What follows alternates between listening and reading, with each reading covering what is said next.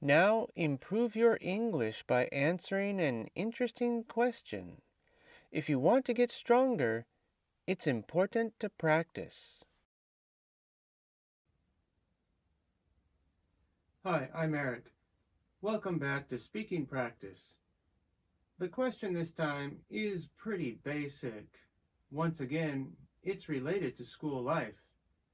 It actually asks you to think about what kind of subjects students should study. But what's most important for your practice is that you get a lot of experience answering a variety of questions. So, I hope you've seen all the videos before this one. And don't worry, there are still many more to come. By getting the chance to answer and practice with a variety of questions, you really exercise your imagination. And then, when you have a strong imagination and a lot of experience, you'll be ready for anything. Anyway, I don't want to talk anymore. It's time to practice, so let's watch. Speaking practice number 16. Today's question. Do you agree or disagree that it's important for children to be taught how to draw and paint in school? This is a simple question. Like we've seen before, the topic is related to school and education. This time we're lucky because the words are easy to understand and the main idea is very clear. This is a great chance to practice. If you see this kind of question on the TOEFL, it's an independent speaking question. You have to explain which option you would choose, and you have only 15 seconds to prepare your answer. Then, you have to speak for 45 seconds, giving details and examples, explaining your idea as clearly as possible in that time. Want to try? Go ahead, try your best. After you've thought about what you would like to say, let's take a look. Example answer. I agree with the idea that it's important for children to learn how to draw and paint in school, because I think these skills can be helpful in any field, since art not only helps to spark creativity, but makes all your ideas easy to understand. Regardless of the profession you choose, drawing gives you another way to illustrate and imagine ideas that are too difficult to grasp by talking, just using words. Once, back in high school, we had a lecture about civil engineering, but the ideas were complicated and the students were a little confused. Then the lecturer started drawing a diagram on the blackboard.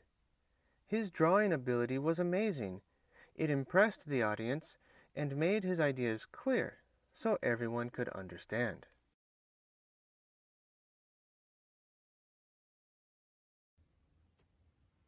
Alright, so that was today's question and model answer.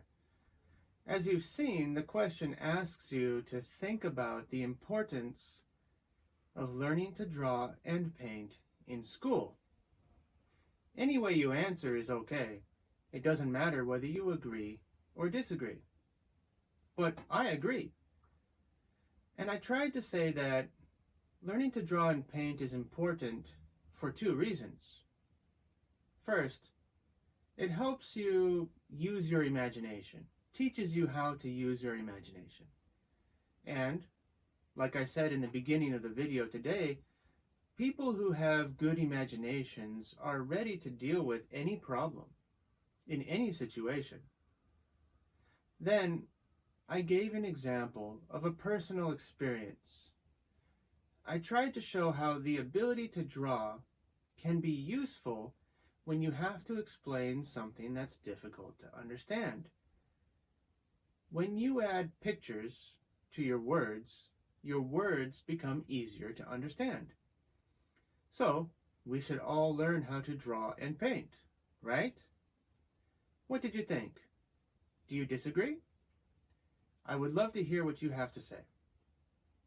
But for now, I'm going to talk a little bit more about using examples from personal experience.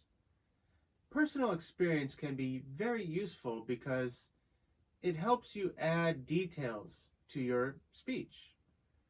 Following a good order and using a lot of details make your speech clear and easy to understand. It makes it stronger, so it's really important. Anyway, let's take a look at the next part of today's presentation. Are you ready? Speaking pattern. As you can see by looking at the complete speech, I spoke in a way that gave the speech a clear sense of topic development. That means starting with step 1, then going to step 2, and finally step 3. Start with a clear introduction, give a reason, and spend the rest of the time giving details and examples. Don't stop talking. Say as much as possible in the time.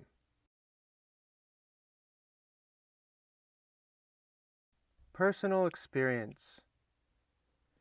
It's not always possible or easy, but if you can include personal experience in your speech, it makes what you say richer and makes it possible to fill up your speech with more details and interesting points because it sounds like you're telling a story. Here's an example of something I said based on personal experience. Remember, the TOEFL graders want you to include details. So what does that mean? When you tell a story, you have to talk about when, where, what, who, how, and why. Let's see how telling a story based on personal experience makes your speech richer. Once, back in high school, we had a lecture about civil engineering. The lecture drew on the blackboard, and this made everything clear and easy to understand.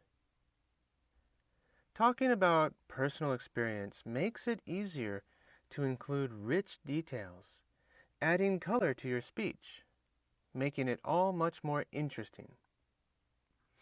But if you describe your idea just using an explanation, it's a little more difficult to understand and may seem a little vague, less clear. It's still possible to include details, and you can absolutely get a good result this way. But using personal experience is recommended when possible. Key words. Talking about today's topic, should students learn drawing and painting in school, these words came to my mind. Regardless of. This means doing something without worrying about problems. It's the same as saying, in spite of. For example, if you and your friends are going to go to the park to play, your friend may be worried about the weather. What if it's windy? It's okay, let's go. What if it's snowing? It's okay, let's go. What if it's raining? It's okay, let's go. Regardless of the weather, we'll play in the park. Illustrate means to make an idea clear with examples or pictures, to clarify something. The most common meaning of illustrate is draw. If you tell a story and you draw pictures of what happens, like in a comic book, you're illustrating what's happening. But it also means to explain something with words, to explain something very clearly so you're easy to understand. Finally, I said the word grasp.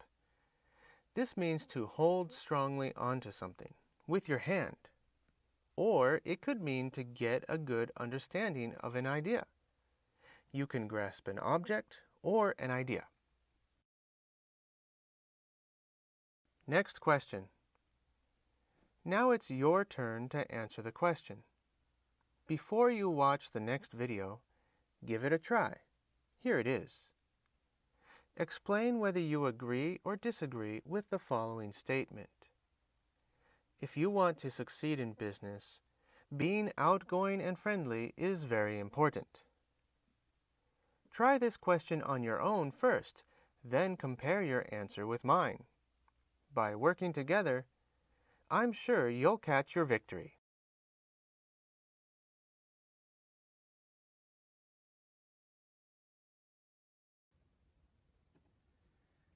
And that's the end of today's lesson. The next question in the next video isn't about school life. It's about professional life.